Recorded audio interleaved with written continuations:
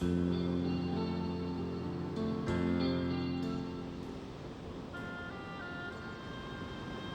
area north of Blouberg is one of the most beautiful and interesting parts of our country.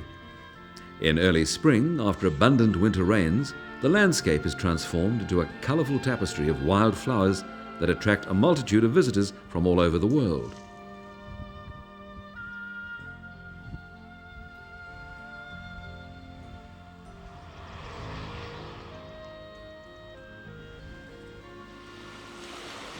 On any suitable day, the sky above this part of the Langebaan Lagoon is filled with unusual patterns.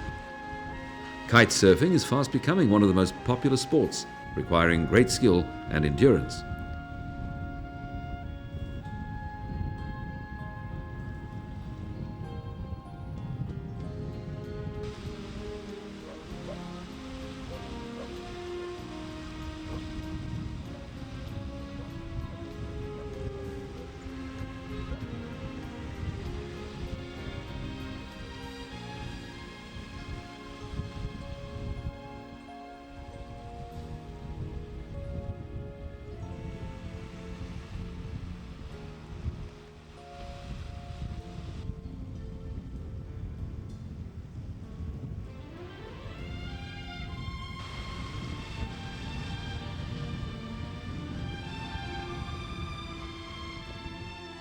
The spectacular resort Club Mykonos has an almost Mediterranean character. Situated on the edge of the Langebaan Lagoon, it has all the facilities a tourist may wish for.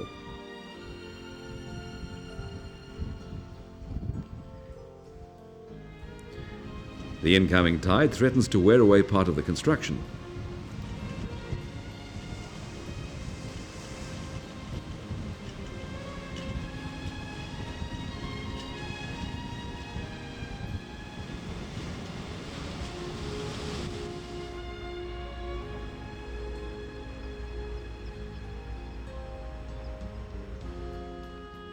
Further north, the Columbine Nature Reserve near Paternoster is beautifully situated in typical Sandveld area.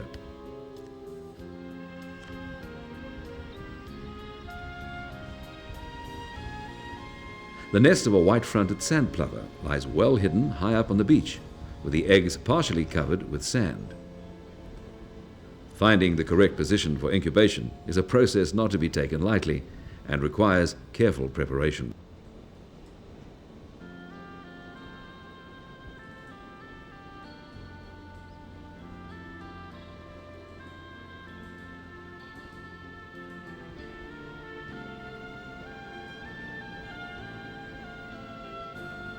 Black oystercatchers are considered an endangered species. These two seem to be unaware of this and are more intent on taking a leisurely stroll along the beach. A grey-backed cisticola has hidden its nest so well in the fynbos, it is a wonder it can find it back again.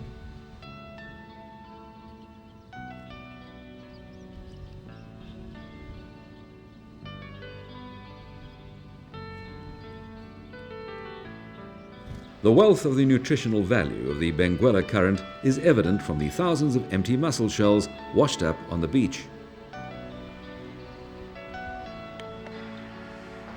Further north, the gannet colony in Lambert's Bay is really worth a visit. More than 5,000 pairs of Cape gannets breed here in spring and during summer.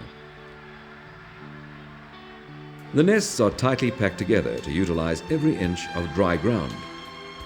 To the human eye, the birds look completely similar, and no one has been able to explain how each bird can recognize its mate in this seemingly chaotic multitude of wings and beaks.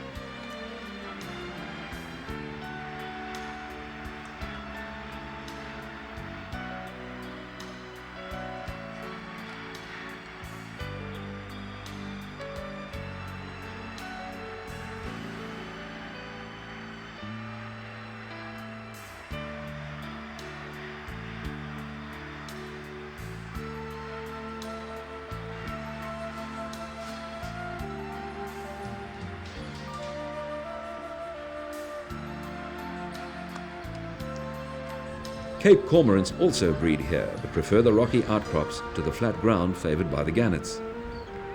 An interesting feature is that the eggs are more elongated than those of other birds, This prevents them from rolling off the rocks. There is also a small colony of African penguins. These birds have been known to migrate all the way from Namibia to the southern tip of Africa. A long swim, but then of course they can swim much faster than they can walk. Today, the Berg River reaches the sea at Vredendal, where large flocks of flamingos provide a spectacular view. 5 million years ago, it came down with tremendous force, where Langebaan is today, bringing with it hundreds of animals drowned in the flood. Their fossils can be seen at the West Coast Fossil Park.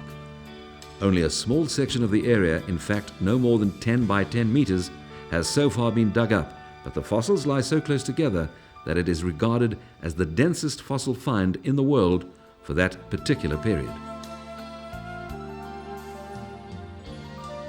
An interesting book obtainable from the park gives us an idea of the animals that lived here 5 million years ago, when the Western Cape was a swampland.